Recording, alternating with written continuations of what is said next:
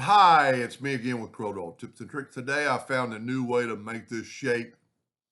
In the past, I've always taken ellipses and then let's make it like 6 inches. Let's make our nudge factor 6 inches and let's control D or hit the plus key and move that over. Hit the plus key and move those down. And there is the shape. But today I found an easier way, quite a bit easier. Take a rectangle. And a rectangle gives you this right here with the rounding corners. But we're going to take our shape tool and we're going to bring that in and make it a circle. And then we're going to go right here to scallop corners and look at that.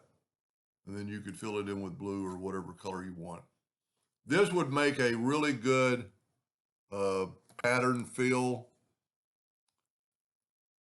Let's take away the outline and let's make this thing, let's make it 6 inches.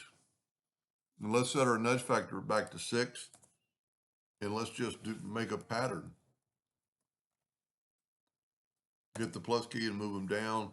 And so what you're doing, you're making a bunch of basically circles with those items as the border.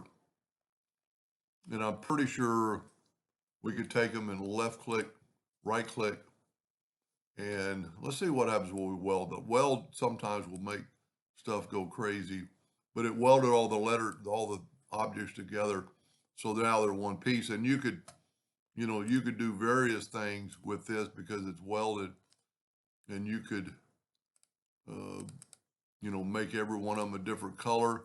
And what's cool about this, because the fact that we nudged 6 inches at an even amount, let me just show you what's going to happen in just a second.